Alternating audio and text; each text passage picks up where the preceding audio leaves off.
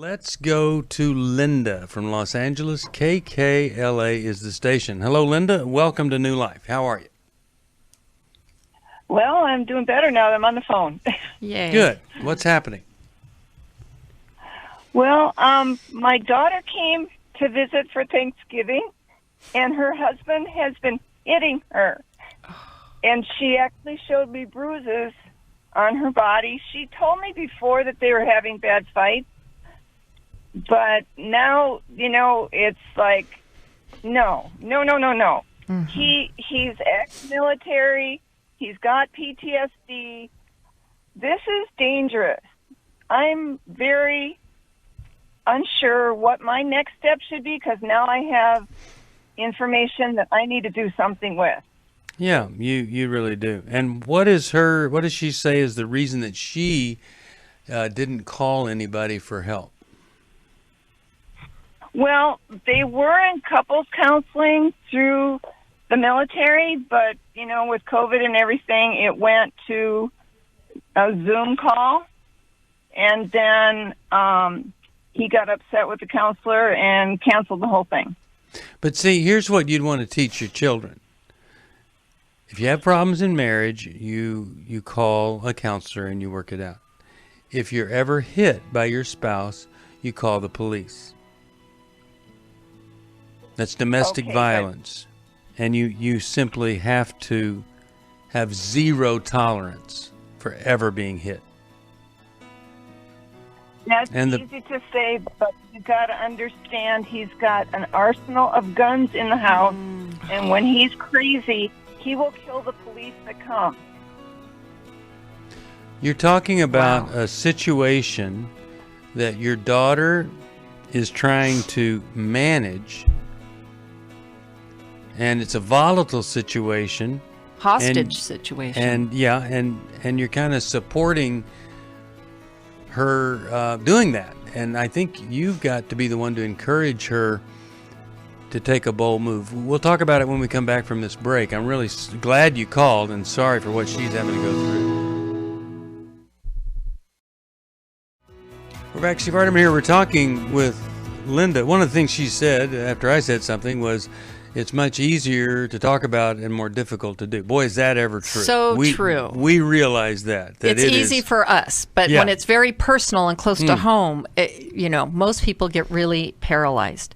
Really tough. And what we want to help you with is that your daughter makes a decision that prevents something really bad from ever happening. And Jill, why don't you take it? Well, I think, Linda, because she showed you, we were saying she could have kept it secret, but she showed you. So that's a cry for help, right? And so, I wonder how she's justifying it. And I wonder if there's that typical pattern where he gets crazy, hits her, and then later is remorseful and has regret and begs for forgiveness. Yep. So it's in that cycle.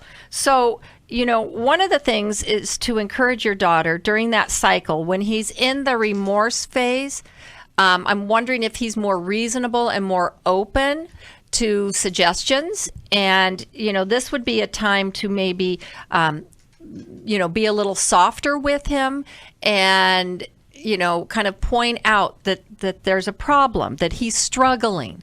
And, you can blame it on the PTSD and that's, that help is needed, that he needs some help for the PTSD because, and to, say things like, I know you don't want to hurt me. I know you just lose it. Right. And that I'm the closest person, but you're wanting, the goal is to get him into further help because this is unacceptable. The other thing would be, and you could help your daughter with this, is look up some domestic violence shelters in her area and give her those numbers. Because when he gets crazy, she, instead of participating in that, she needs to leave the house if she can, and to start recognizing when it's ramping up and leave sooner rather than later. Don't wait till it starts escalating. be aware of the pattern. And when does he start amping up? And then she needs to go run an errand, and she can go and call somebody at a shelter, just to protect herself. And Linda, are there also children? There's a 5-month-old baby. Oh, wow. Okay. So even more reason why she would need to leave, right? Yep. Linda, is she receptive to any of this help, or is she rejecting, and what's her attitude about this? She's looking to me for answers, saying, Mom, I don't know what to do. I don't know what to do, Mom. She's looking for her next step. Well, and right now, he's being good, And I said, you know what this is? She goes, I know, Mom, it's a cycle. I Good. know he did this before. So she's aware. I'm like, what I want is I want him removed from the house and put into a treatment center where he can't hurt her and get help away from her. But I don't know if I can commit him. I don't know if she can commit him, or if he has to walk in on his, I don't know.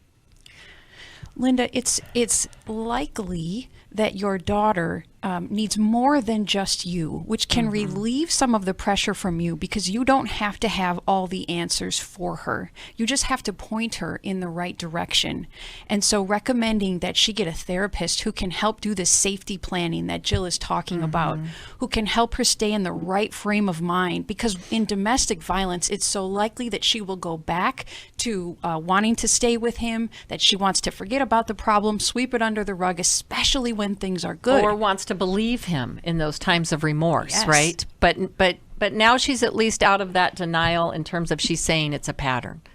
And I think you also have to point out to her, and this should help motivate her, although it will probably make her fearful as well, that if that baby is exposed, or he is so erratic and the baby is in danger, this is possibly a reportable situation.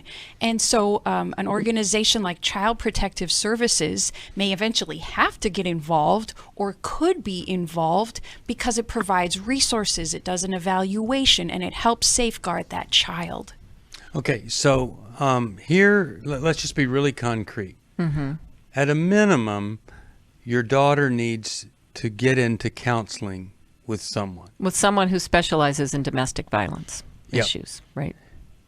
The second thing that I'd like to see is her to make an anonymous phone call to the domestic violence services, the social workers and others in the area. You could call the police station and ask who, can you put me through to, or how do I get in touch with domestic, and you can do it anonymously and ask questions. How does this work? How does somebody keep from being shot if there's ammunition? All sorts of questions that you might have. Is there a women's shelter? Do they take children at the same time? But she needs to get some resources together. But if we can help you find a counselor for her, then that counselor could direct all of this.